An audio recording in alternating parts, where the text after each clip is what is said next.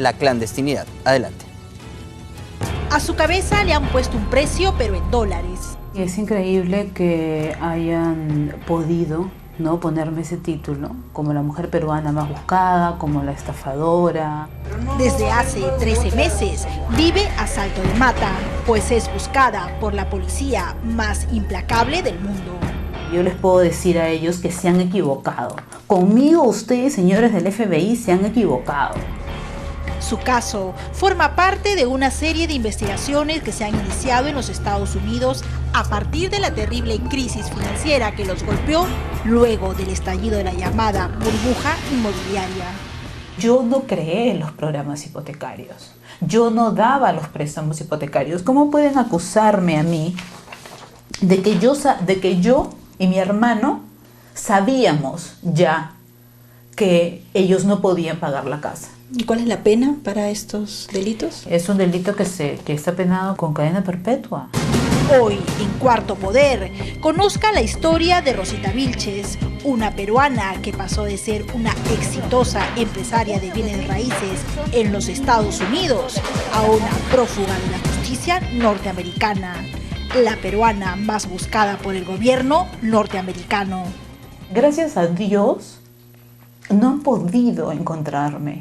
Yo tengo que protegerme, porque yo no quiero que me den el mismo trato que le dieron a mi hermano. ¿Por qué a mi hermano lo mandaron al Lurigancho? ¿Por qué? ¿Acaso mi hermano era un reincidente, era un criminal? Estados Unidos sufre hoy las consecuencias de la peor crisis económica de su historia. Todo se inició en el 2002, cuando el sueño americano de la casa propia, cada vez más grande, se hizo incontrolable. En medio de este festín inmobiliario surgieron las llamadas hipotecas subprime para aquellos con menores ingresos. Miles de nuevos créditos por millones de dólares se dispararon, aún entre aquellos que no tenían cómo mantenerlos. Lo que no advirtió el gobierno estadounidense en su momento es que todas esas medidas llevarían años después a una especulación de precios que infló una burbuja inmobiliaria cuyo estallido llevó a miles de familias a devolver sus casas a los bancos, pues ya no les convenía pagar, por ejemplo, una hipoteca de $300,000 en 15 años por una casa que costaba $50,000. Responsables de esta catástrofe económica es hoy lo que busca la justicia norteamericana. Bienvenidos a Casos de Casas, una semana más en este segmento que le trae excelentes noticias para todos los que quieren comprar, quieren vender, quieren modificar su crédito. Esté atento porque tenemos excelentes noticias para todos ustedes. A Rosita Vilches el éxito le sonreía en esa primera época antes de la crisis de la burbuja. Y es que eran esos años del apogeo de las empresas de bienes y raíces en los Estados Unidos, gracias a las facilidades para acceder a un crédito hipotecario. Usted que me escucha en este momento, tiene trabajo y tiene $500, puede comprar su casa. La peruana Rosita Vilches estaba también viviendo su propio sueño americano. Según asegura, en el mejor de sus años, el 2005 logró ganar entre $800,000 y $1 millón, una prosperidad que duraría poco. Con el estallido de la burbuja inmobiliaria, se tuvo que declarar en bancarrota y finalmente, en el 2011, se regresó definitivamente a vivir en el Perú. Sería aquí donde Rosita Vilches empezaría a vivir una pesadilla de la cual aún no logra despertar. Desde diciembre del año pasado, sobre Rosita de los Milagros Pino Ponce, su nombre de soltera, existe una orden de captura con fines de extradición para que responda ante la Corte de Virginia por los cargos de conspiración para cometer fraude bancario, organizar y manejar una empresa con fines criminales y ejecutar e intentar ejecutar un plan para defraudar a una institución financiera asegurada por el gobierno federal de los Estados Unidos. Yo no le he robado absolutamente nada a nadie. No me siento yo culpable porque ellos hayan dejado de pagar sus casas. ¿Cómo me pueden acusar a mí de algo que yo no sabía que eso podía suceder? Se acusa a Rosita Vilches, incluso con base en testimonios de ex empleados suyos, de haber presentado documentos fraudulentos para que gente sin recursos accediera a los créditos. Cuarto Poder fue el encuentro de Rosita Vilches, quien ha decidido mantenerse en la clandestinidad a espera que el Tribunal Constitucional cambie su suerte. ¿Por qué no te entregas? porque no quiero que me den el trato que le han dado a mi hermano. ¿Quién me puede asegurar a mí que yo voy a tener un debido proceso? ¿Quién me puede asegurar a mí que yo voy a estar y que voy a tener la defensa que necesito? Rosita Vilches nos recibió en una pequeña habitación que por el momento es su refugio temporal. No estoy en un solo sitio, ¿no? Tengo que estar en varios sitios, dependiendo de cómo está la situación. Es súper complicado, es súper difícil, ¿no? Papeles en mano, se defiende de las graves imputaciones que le formula la Corte de Virginia. Nosotros no le vendíamos casas a la gente por 3 meses. Yo, ¿de dónde me iba a imaginar a un cliente que mi empresa le vendió en el 2005, que en el 2007 esto se iba a caer y iba a reventar y nadie iba a poder pagar su casa y yo tampoco le iba a poder pagar y me tuve que ir a bancarrota? Y a mí no me pueden acusar, como dicen supuestamente los ex empleados de mi empresa, de que yo hacía reuniones y que yo en reuniones les decía a ellos cómo ellos tenían que delinquir. Como se lee en la traducción no oficial de la nota diplomática que envió la Corte de Virginia para solicitar su arresto y el de su hermano con fines de extradición, Rosita Vilches y Armando Pino Ponce defraudaron a una institución financiera asegurada por el gobierno de los Estados Unidos y otros prestamistas al presentar documentos de préstamos fraudulentos. De mi boca no ha salido ninguna información falsa.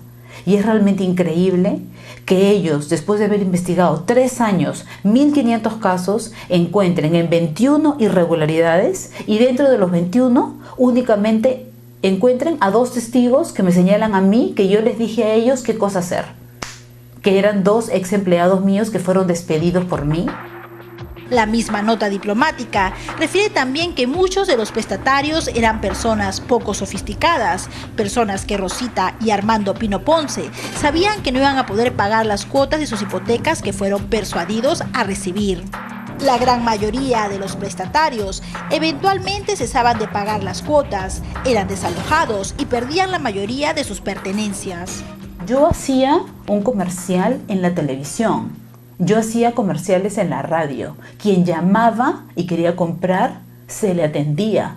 Independientemente que sea sofisticado, no sofisticado, sabía escribir, no sabía escribir. Nosotros éramos una empresa de ventas de casas. No éramos una empresa que daba créditos hipotecarios. Pero las acusaciones contra Rosita Vilches van más allá. A ella y a su hermano se les acusa de ser conspiradores. Y es que la justicia norteamericana advirtió que ella no solo tenía una agencia de propiedades inmobiliarias residenciales, Vilches y Asociados, sino que también era propietaria parcial de una sucursal de Mount Vernon Capital Corporation, un negocio de corretaje de préstamos. Es decir, según el FBI, Mount Vernon con frecuencia le aprobaba los préstamos a los clientes del negocio de Rosita Vilches para que así su agencia financiara las transacciones de bienes y raíces. Tuvimos una alianza con ellos, pero ellos entrevistaban a los clientes directamente, ellos les pedían a los clientes directamente los documentos, los clientes le daban la información a ellos directamente. ¿Y los casos que, digamos, se mencionan fueron trabajados con esa financiera de la cual formaste alianza? No únicamente.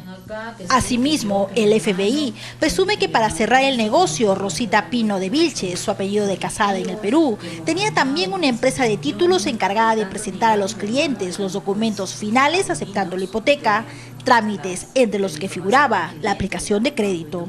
Ellos tratan de decir que es una conspiración, ¿no? Porque ellos piensan que nosotros teníamos la empresa de real estate, que teníamos el banco, que teníamos la tituladora, pero no es así. ¿Cómo era? Dentro de los 21 casos que ellos han mandado, hay como 4 o 5 bancos, que nosotros no teníamos ningún tipo de alianza con ellos.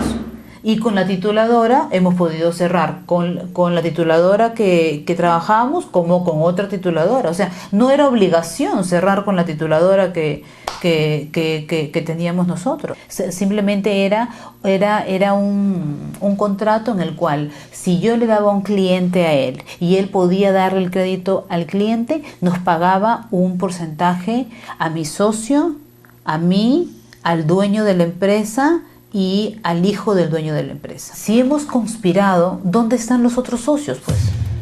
La Corte de Virginia considera que Rosita Vilches debe responder por delitos que podrían llevarla a prisión de por vida. Aquí me están acusando que yo me he robado 7 millones.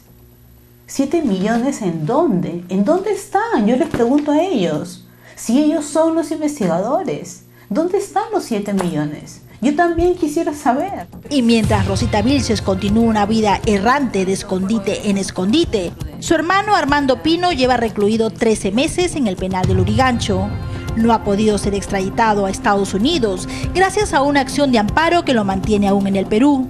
Armando Pino nos concedió una entrevista telefónica para responder a los cargos que la justicia norteamericana le imputa. Yo no pertenecí ni pertenezco a la compañía. Simplemente era un agente de bienes raíces que se dedicaba a la venta. Yo no era socio de la compañía, solamente tenía el cargo de vendedor. Es lo que ellos dicen, que yo soy cómplice de mi hermana, ¿no?